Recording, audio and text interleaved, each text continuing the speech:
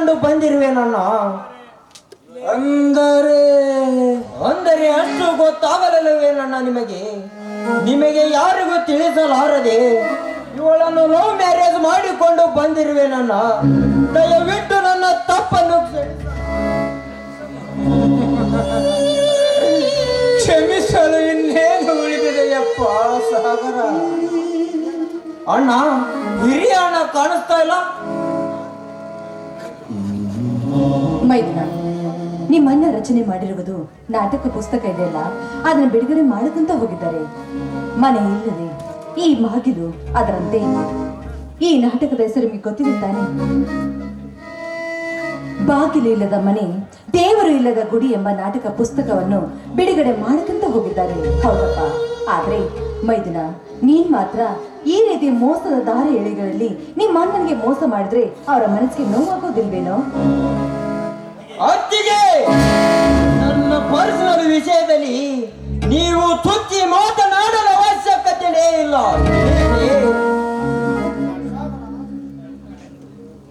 ಸಾಗರ, ನಿನ್ನ ಅತ್ತಿಗೆ ಮಾತನಾಡುವುದಕ್ಕೆ ನಾನು ನಿನ್ನಲ್ಲಿ ಕ್ಷಮೆ ಕೇಳುತ್ತೇನಪ್ಪ. ಏ ಶೀಲ, ಒಳಗೆ ಹೋಗಿ ಆರತಿ ತುಂಬಿಕೊಂಡು ಬಂದು ನಿನ್ನ ತಂಗಿಗೆ ಆರತಿ ಮಾಡಿ ಮನೆಯನ್ನು ತುಂಬಿಸಿಕೊಳ್ಳು. ಆಯ್ತು. ಒಳಗೆ ಹೋಗು.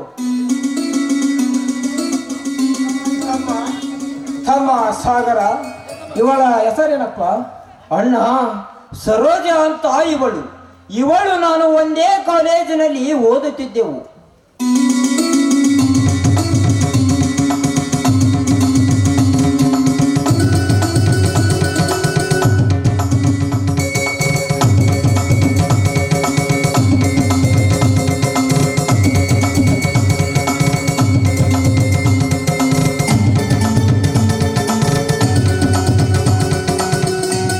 ಸರೋಜ, ಅಣ್ಣ ಅತ್ತಿಗೆಮ್ಮರ ಕಾಲಿಗೆ ನಮಸ್ಕರಿಸು. ಮಾವ, ಅಕ್ಕ ನನಗೆ ಆಶೀರ್ವಾದ.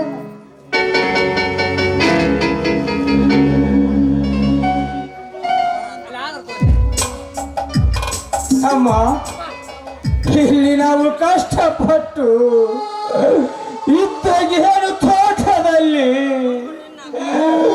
ಬಿಸಿಲು ಮಳೆ ಚಳಿಯನ್ನವೇ ದುಡಿದು ಇದ್ದ ಬಿದ್ದ ಹಣವನ್ನೆಲ್ಲ ಕೂಡಿಸಿಕೊಂಡು ನಮ್ಮ ತಮ್ಮ ಬೆಂಗಳೂರಿನಲ್ಲಿ ಕಾಲೇಜು ಕಲಿತು ಫಸ್ಟ್ ರ್ಯಾಂಕಿನಲ್ಲಿ ಪಾಸ್ ಆಗಿ ದೊಡ್ಡ ಅಧಿಕಾರಿಯಾಗಿ ಈ ರೈತನ ಗೋಳಾಟವನ್ನು ನಿವಾರಣೆ ಮಾಡುತ್ತಾನೆ ಎಂದು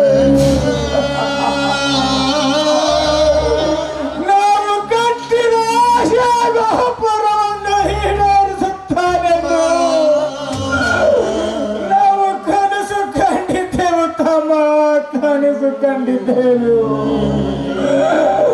ಆದರೆ ನೀನು ಪ್ರೀತಿ ಭೇದ ಎಂಬ ಬಿರುಸು ಬಾಣದಿಂದ ಹೊಡೆದು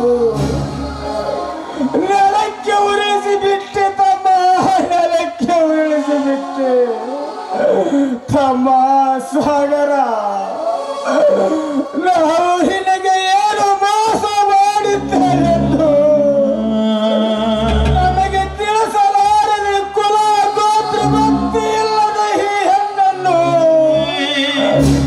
ಮದುವೆ ಮಾಡಿಕೊಂಡು ಬಂದಿರುವೆಯಲ್ಲೋ ತಮ್ಮ. ಅಣ್ಣ, ನಮಾಜ್ ಮಾಡಲಿಕ್ಕೆ ಹೋಗಿ ಮಸೂದೆನೆ ಕೊರಳಿಗೆ ಹಾಕಿಕೊಂಡು ಬಂದಂತಾಯ್ತು ನಾಯಿ ನನ್ನ. ತಮ್ಮ ಸಾಗರ,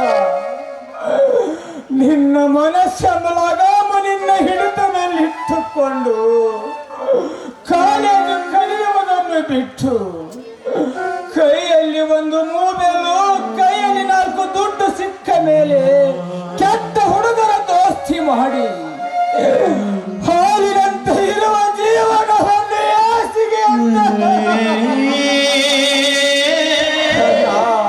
ಯಾಸಿಗೆಯಂತೆ ಮಾಡಿಕೊಂಡು ಬಂದಿರುವೆಯಲ್ಲೋ ಪಾಪಿ. ಅಣ್ಣ, ಮನಸ್ಸನ್ನು ಹಿಡಿತದಲ್ಲಿ ಇಟ್ಟುಕೊಳ್ಳದೆ ಪ್ರೀತಿ ಎಂಬ ಸಾಗರದಲ್ಲಿ ಮುಳುಗಿ ಮೈ ಮನವನ್ನು ಸುಟ್ಟು ನನ್ನ ದಯವಿಟ್ಟು ನನ್ನ ತಪ್ಪನ್ನು ಕ್ಷಮಿಸಿ ಬಿಡೋಣ, ನನ್ನ ತಪ್ಪನ್ನು ಕ್ಷಮಿಸಿ ಸಾಗರ ಸಾಗರ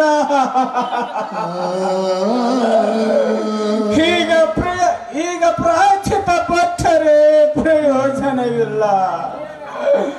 ಮೊದಲೇ ವಿಚಾರಿಸಿ ಹೆಜ್ಜೆ ಇಟ್ಟಿದ್ದರೆ ಒಳ್ಳೆಯ ನೌಕರಸ್ಥನಾಗಿ ಮನೆಗೆ ಬರುತ್ತಿದ್ದೆ.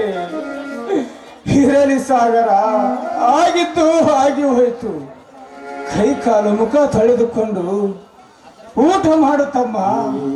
ನಾನು ಸ್ವಲ್ಪ ತೋಟದ ಕಡೆ ಹೋಗಿ ಬರುತ್ತೇನೆ ಸಾಗರ. ಛೇ, ನಾನು ಎಂತಹ ತಪ್ಪು ಮಾಡಿದೆ?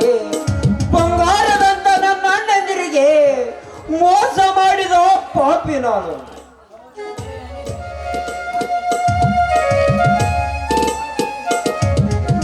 ಏನ್ರಿ, ಏನು ಮೋಸ ವಂಚನೆ ಅಂತ ಒಬ್ಬರೇ ಮಾತಾಡ್ತಿದ್ರಿಲ್ಲ?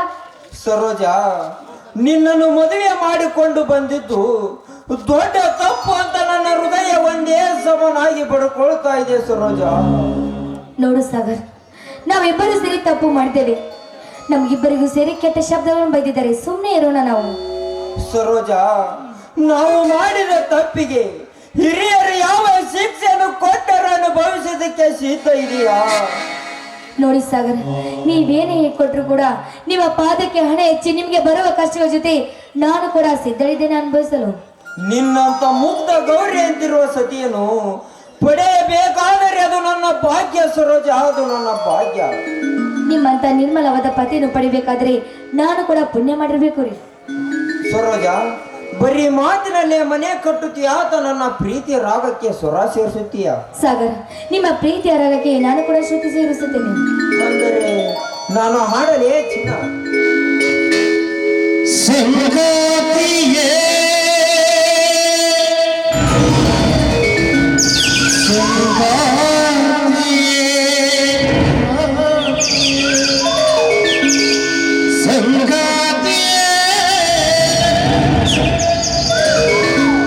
ಸಂಗಾತಿಯೇ